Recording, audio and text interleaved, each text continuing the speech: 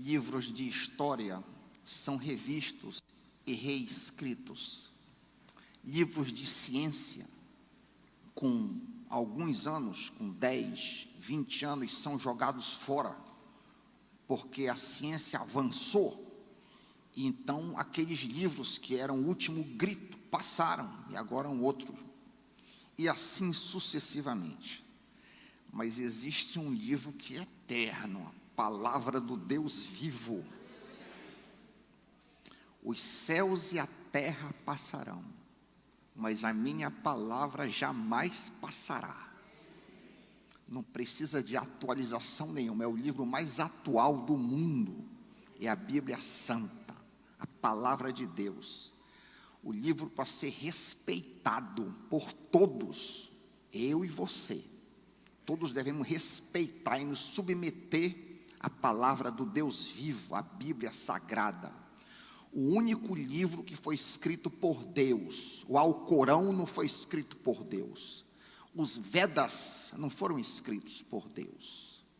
Nenhum livro, só a Bíblia Santa, as Sagradas Escrituras, que são os livros da Sagrada Escritura, dados para o nosso conforto e edificação. Eu tenho tentado, no meu ministério, sempre trazer você para a Bíblia, sempre pedindo que você traga a Bíblia, que você anote, que você escreva, e que você veja se o que eu estou dizendo está de acordo com a Bíblia. Por que eu faço isso? Para que você não tenha a sua fé dependente de mim ou de qualquer pessoa, para que a sua fé não esteja baseada no que o pastor fulano, cicrano, o padre, o missionário, o professor de teologia, não. Eu quero que vocês todos sejam como os bereanos, que eles viam se o que Paulo dizia estava na Escritura. Eles conferiam, não, Paulo está dizendo, mas vamos ver aqui, se está de fato. E é uma ênfase que eu tenho tentado fazer desde que assumi o púlpito desta igreja e pretendo fazer enquanto respirar. Nós temos trabalhado a carta de Paulo aos Filipenses e queria que você se voltasse para este texto. A unidade sermônica, o segmento que nós vamos começar a examinar hoje, são os versículos 9 a 11, Filipenses capítulo 1, versículos 9 a 11.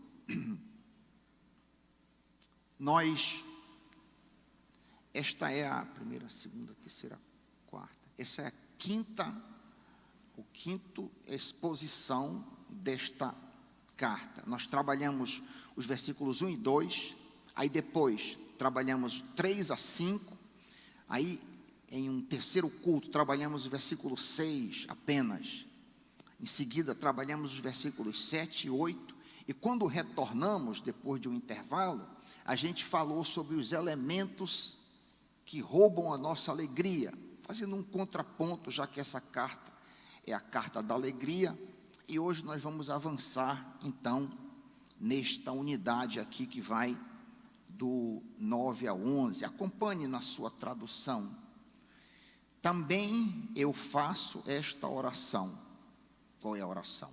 Que o vosso amor aumente mais e mais, em pleno conhecimento e percepção, para provardes as coisas excelentes, e serdes sinceros e inculpáveis para o dia de Cristo, cheios do fruto de justiça, o qual é mediante Jesus Cristo, para a glória e louvor de Deus. Pai querido, que as palavras dos meus lábios e o meditar do meu coração sejam agradáveis a Ti, rocha minha e redentor meu, o povo santo de Deus apoiando, diz: amém. Esta sessão que nós lemos, ela pode ser intitulada de componentes da maturação cristã, ou elementos da maturação cristã. Você viu aí que ele cita elementos? O primeiro que ele cita pela ordem no teu texto é amor. Amor. Aprovardes as coisas excelentes, em segundo lugar. Aí depois ele fala sobre integridade, serdes sinceros e inculpáveis. Em quarto lugar, sobre boas obras ou frutos da justiça, algumas traduções. E por último, a glória, para a glória de Deus. O que nós vamos ver neste domingo e nos domingos seguintes, com certeza, deve ser muito mais uma revisão, porque a maioria de vocês conhece estes elementos ou já ouviram falar deles: amor, excelência, integridade, boas obras. Esses elementos são os elementos básicos para uma vida cristã sadia. Hoje de manhã eu queria fazer uma introdução, antes da gente lidar com os elementos que eu acabei de falar, amor, excelência, eu queria fazer uma introdução geral a esta perícope, a esta unidade sermônica. Vocês notaram que Paulo está orando? Ou ele está pedindo a Deus? Ele diz: esta é a minha oração. Olha a parte A do versículo 9. Esta é a minha oração. Ele está pedindo para que os filipenses continuem a crescer, para que eles progridam rumo à maturação. Da mesma maneira como uma pessoa que nasce deve crescer fisicamente, quem nasce espiritualmente também precisa crescer espiritualmente. Da mesma forma como um bebê humano recém-nascido precisa crescer e maturar até a idade adulta, assim também Paulo queria que as suas ovelhas crescessem e maturassem. Paulo desejava que todos os cristãos viessem a crescer à estatura de Cristo. O crescimento espiritual é o curso normal de alguém que foi regenerado. Por sinal, essa deve ser a expectativa de todo pastor, que as ovelhas cresçam mais e mais. O que você acharia se você tivesse um filho e ele com 1 ano tivesse com o mesmo tamanho de quando cresceu, tivesse um bebezinho minúsculo? Você ficaria muito preocupado. E a criança chegasse com 1, 2, 3 anos sem falar, sem andar, se você ficaria extremamente preocupado, com certeza levaria para o médico, procuraria recursos. Puxa, o meu filho não está desenvolvendo, deve ter algum problema. Quem sabe o médico pode resolver, pois da mesma maneira, quando nós crescemos, quando nós nascemos espiritualmente, nós precisamos desenvolver, crescer. E há aqui alguns elementos que nós vamos ver nos cultos seguintes que apontam nessa direção: amor, sinceridade, fruto da justiça ou boas obras, etc. Então é esperado que a gente cresça.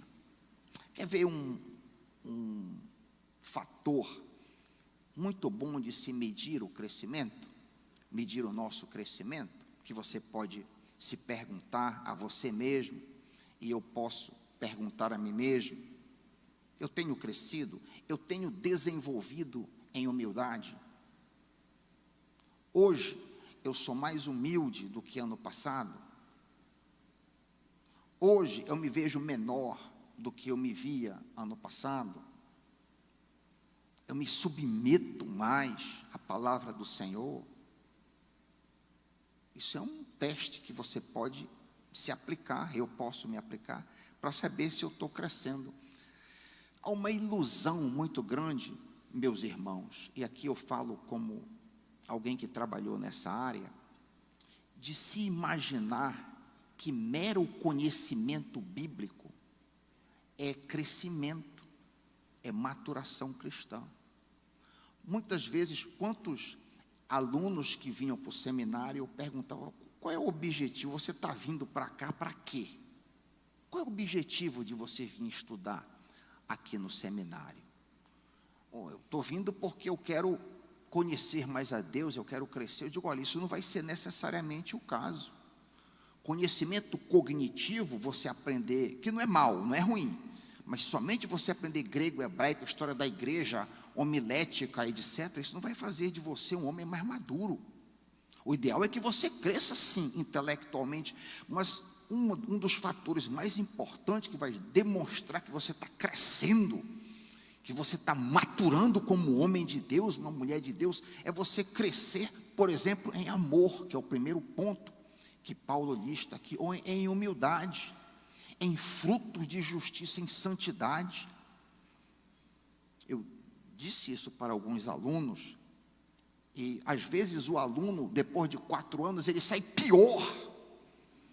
Imagina, ele passou 4 anos lá no seminário, e ele sai pior do que ele entrou em termos de maturação, com a cabeça cheia de teologia, grande conhecimento teológico, mas ele sai mais orgulhoso do que ele entrou, porque agora ele sabe, agora ele conhece os detalhes da teologia, ele sabe a respeito, ele sabe como, por exemplo, analisar o sermão do pregador, porque ele foi dado ferramental para tal, então ele sai mais orgulhoso, ele saiu, pasme, pior do que ele entrou.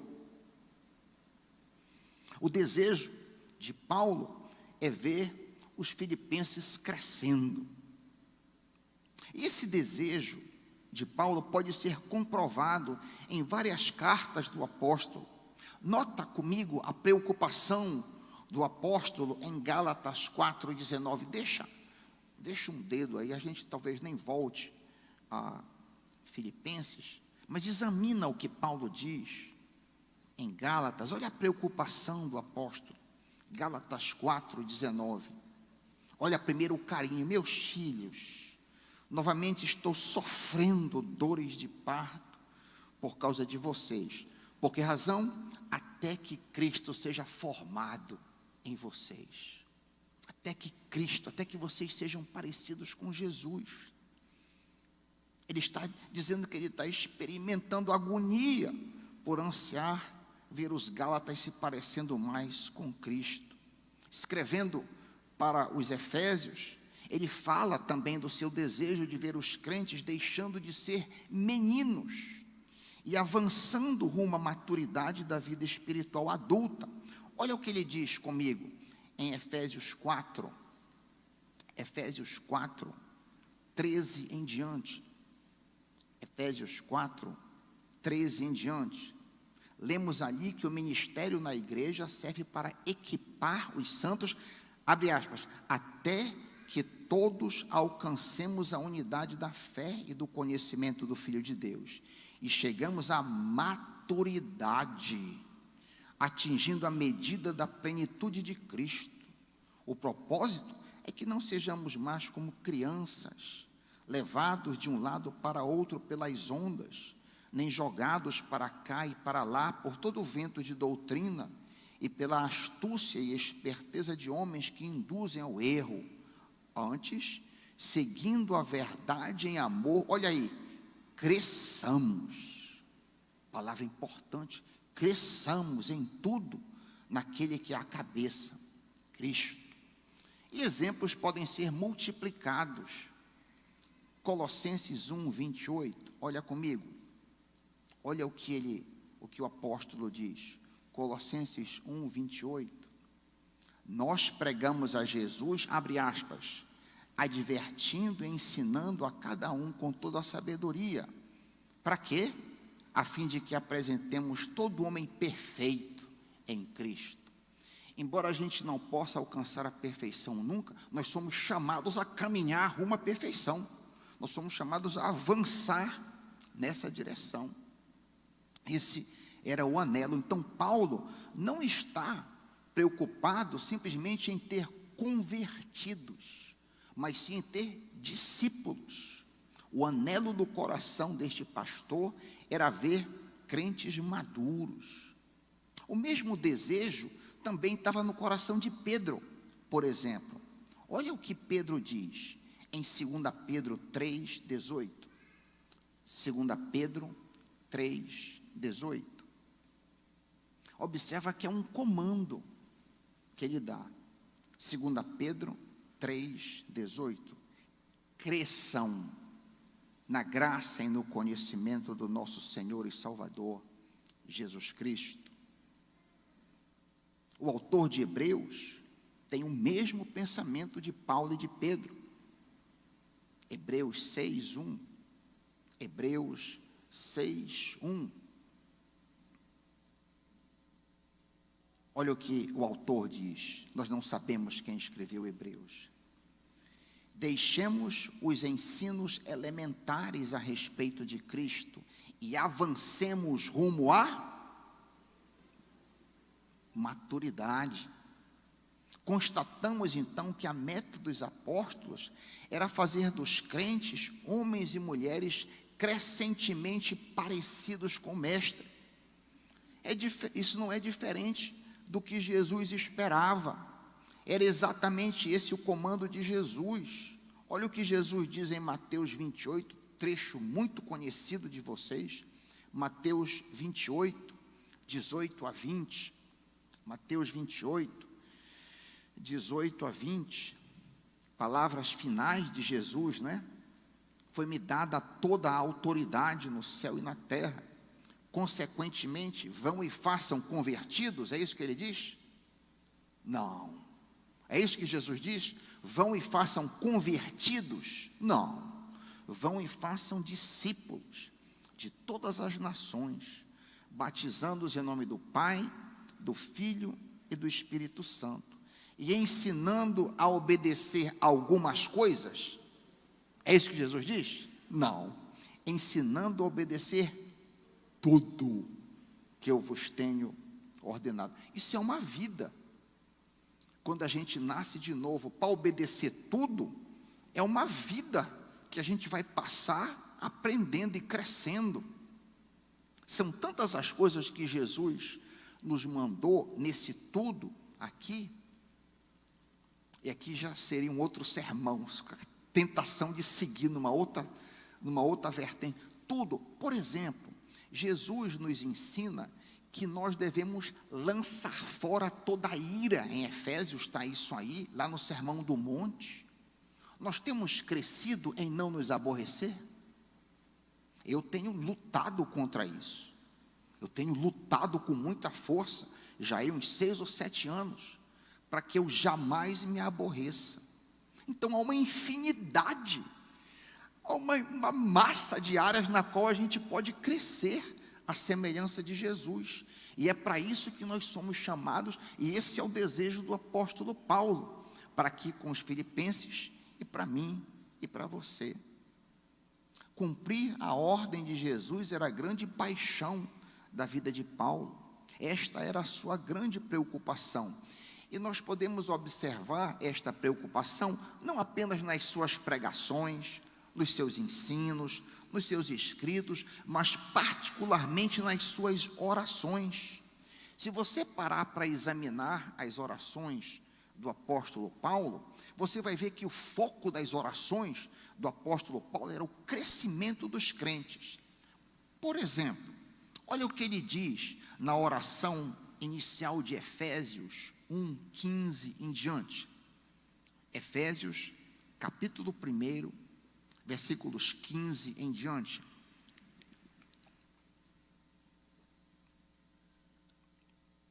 Ele vai citar aí alguns elementos de crescimento: amor, sabedoria, conhecimento, etc. Olha aí, 15. Por esta razão, desde que ouvi falar da fé de vocês e do amor que demonstram para com todos os santos, não deixo de agradecer, de dar graças por vocês, mencionando vocês em minhas orações.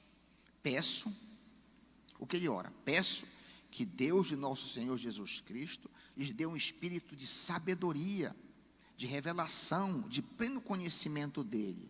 Oro também para que os olhos do coração de vocês sejam iluminados, a fim de que vocês conheçam a esperança, um outro elemento importante do crescimento, para o qual ele os chamou, e a riqueza da gloriosa herança nos santos. Quero ver vocês continuarem a crescer, em outras palavras, em amor, sabedoria, conhecimento, esperança e fé. Ainda em Efésios, no capítulo 3, no versículo 14, ele diz: eu me ajoelho, 3,14, olha o que ele diz: eu me ajoelho diante do Pai. E você ora pelo quê quando se ajoelha, Paulo? Olha o que ele diz aí. Olha aí a oração, 16. Oro para que, versículo 16, as suas gloriosas riquezas os fortaleça no íntimo do seu ser com poder. Quem de nós não precisa de poder? Eu preciso de poder. Para vencer os meus pecados, eu preciso de poder. Sozinho eu não consigo. Eu oro por poder, por meio do seu Espírito, para que Cristo habite em seus corações mediante a fé. Eu oro para que vocês, arraigados e alicerçados em amor, olha o outro ponto importante, possam, juntamente com todos os santos, compreender a largura, o comprimento, a altura, a profundidade e conhecer o amor de Cristo, que excede todo entendimento, para que vocês sejam cheios de toda a plenitude de Deus. Que oração belíssima! Oxalá essa oração seja verdade na minha vida e na tua vida, meu irmão. Na carta de Filemon, eu tenho aqui Colossenses 1, 9, mas busca a mesma coisa. Avante, Filemon, capítulo único, 1, 4, 6, Paulo também diz: dou graças a meu Deus, lembrando de você, Filemon. Nas minhas orações, eu inseri Filemon aqui, porque ouço falar da tua fé no Senhor Jesus e do teu amor por todos os santos. Eu oro para que a comunhão que procede da tua fé seja eficaz no pleno conhecimento de todo o bem que temos em Cristo Jesus.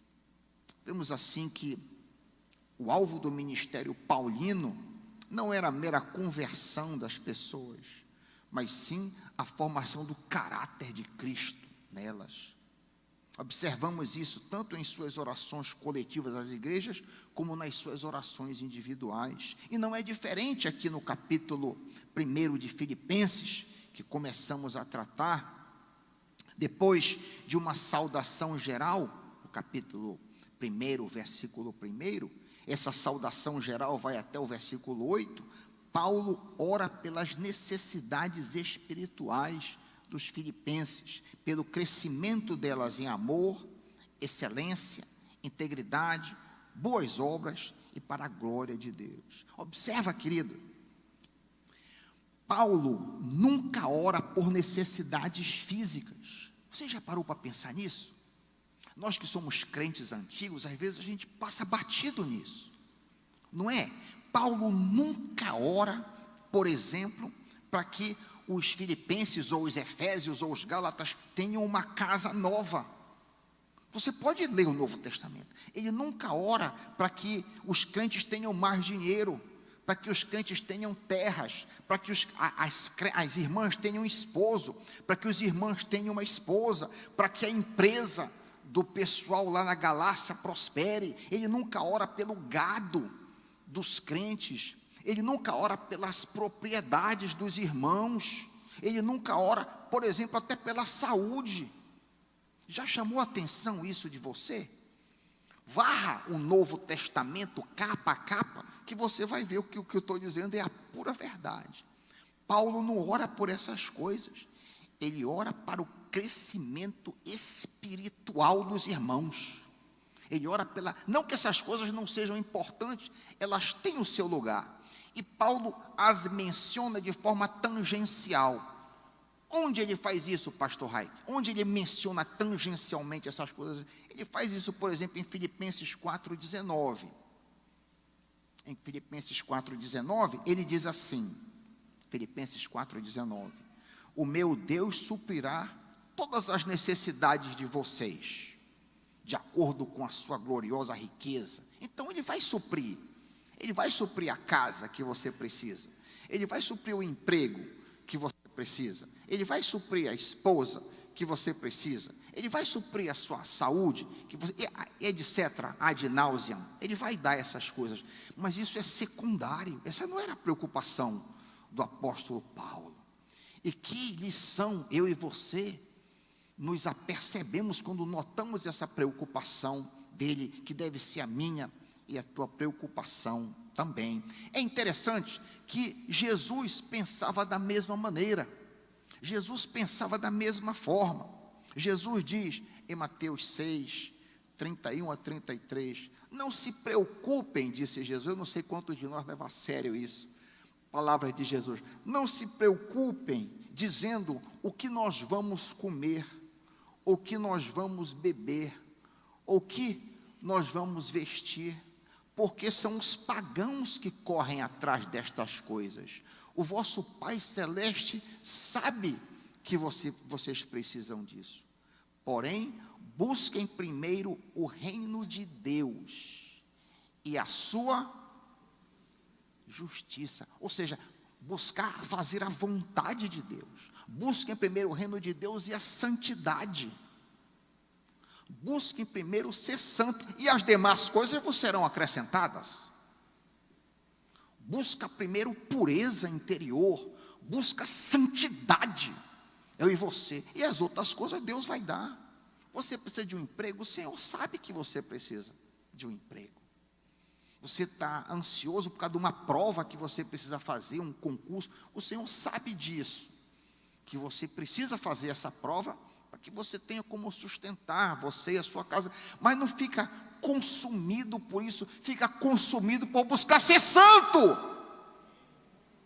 Busca ser santo diante do Senhor.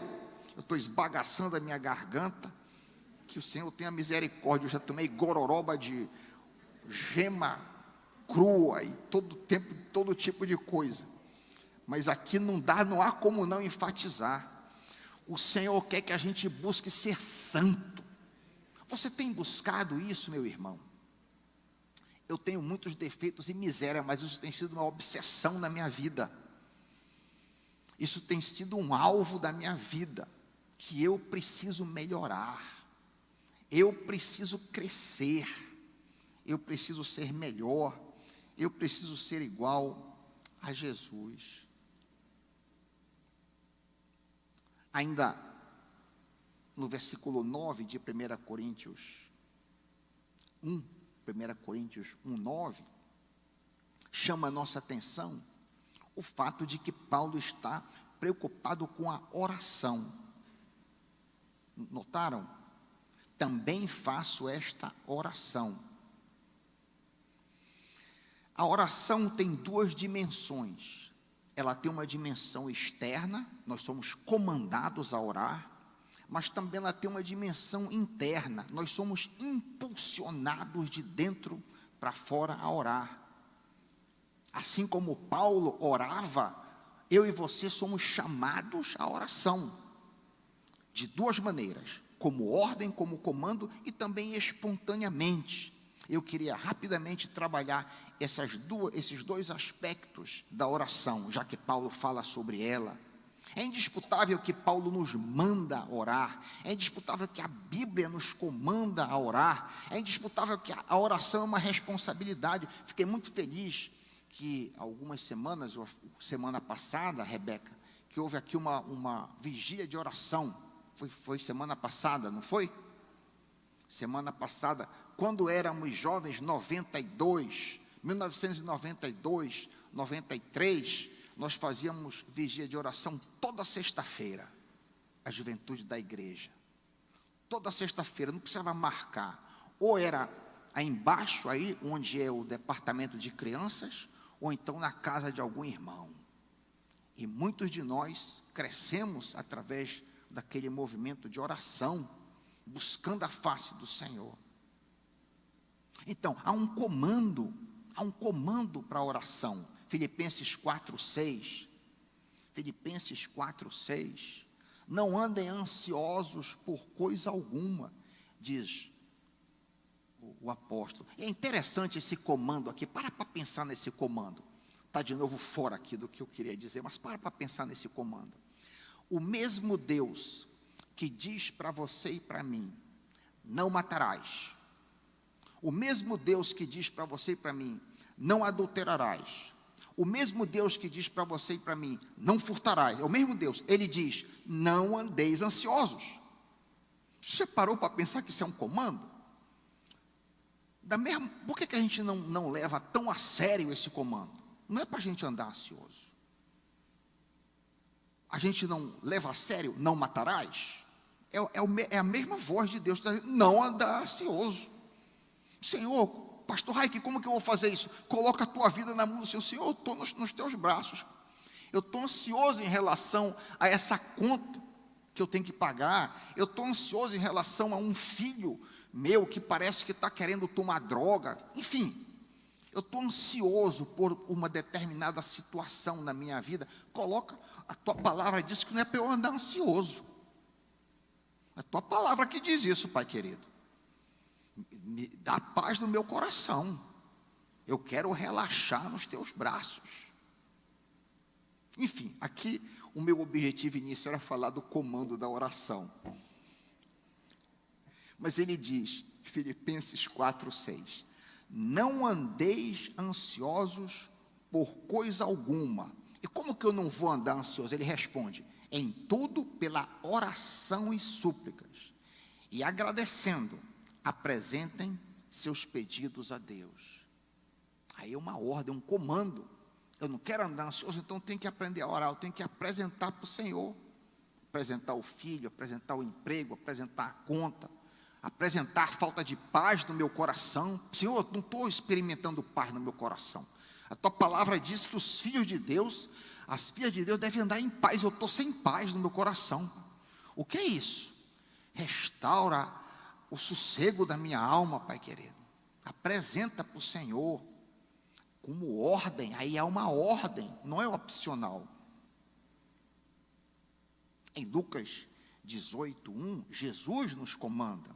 Estamos falando sobre o comando da oração. Jesus comanda orar sempre.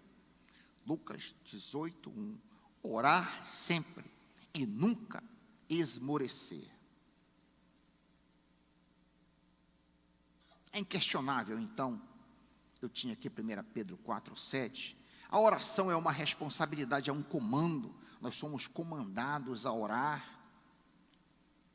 Lá em casa nós temos um caderno, e aí a gente tem lá, segunda-feira, os familiares da minha esposa, terça-feira, a minha irmã e a família dela, e a gente tem uma lista, porque nós somos comandados a orar.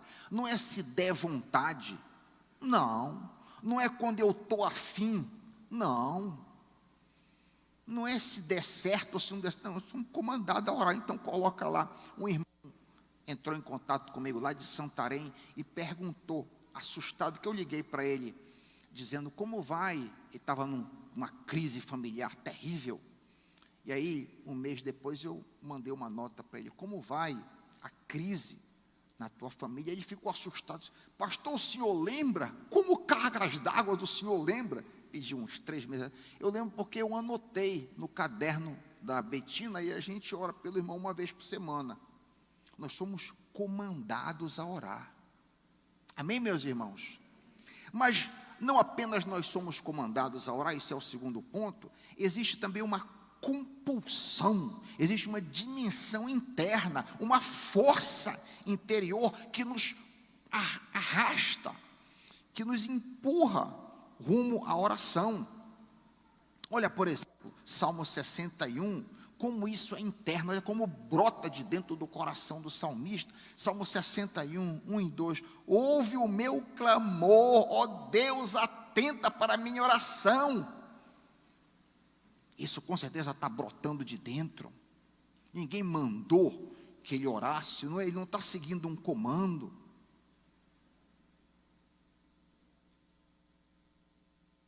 Vemos em Atos 9, as seguintes palavras.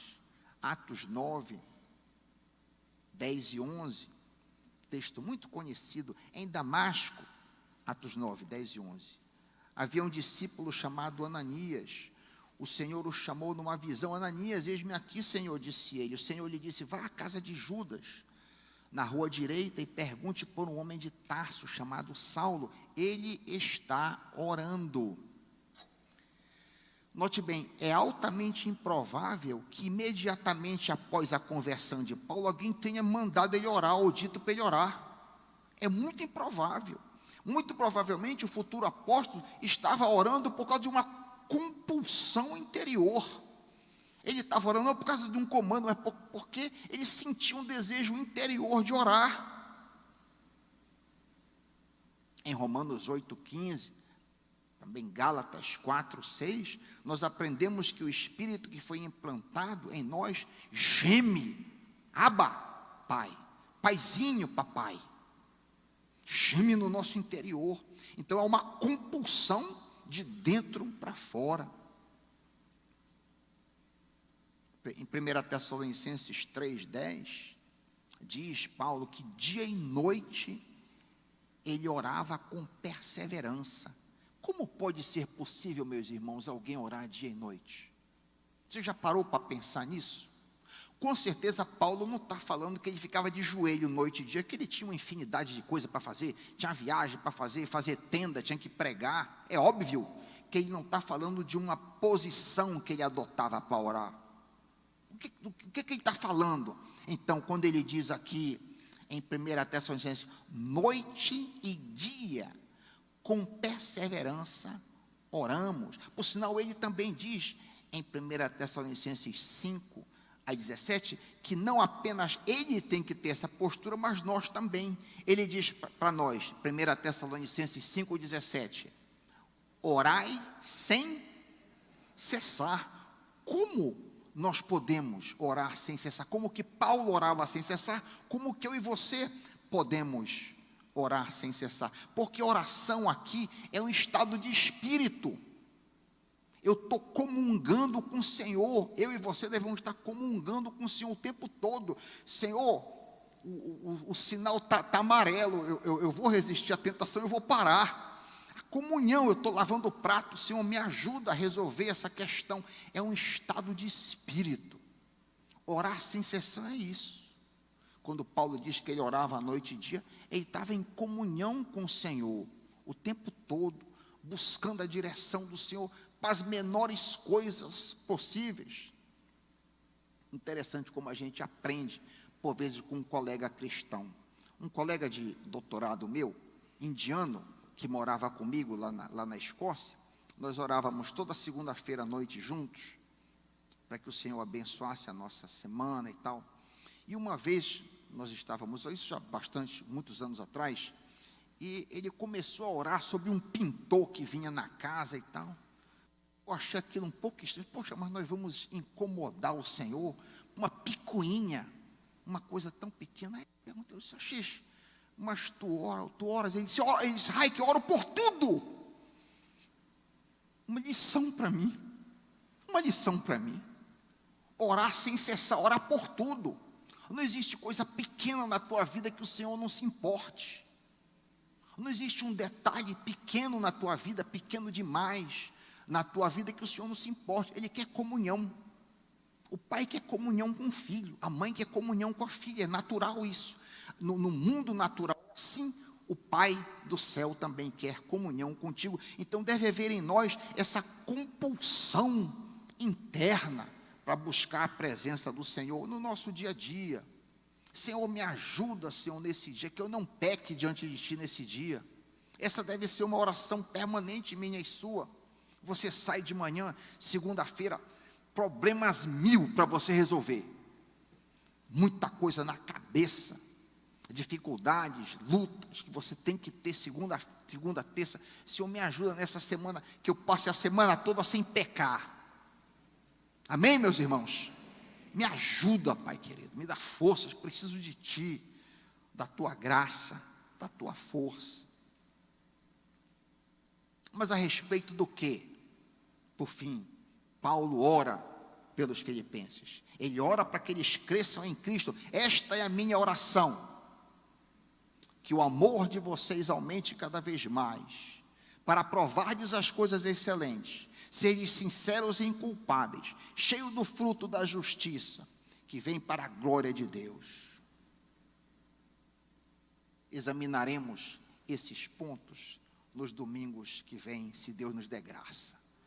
Que Deus abençoe, continuemos a louvar ao Senhor, e hoje à noite eu quero convidar você para estarmos juntos, quando continuaremos a exposição do Evangelho de Marcos. Vamos louvar ao Senhor.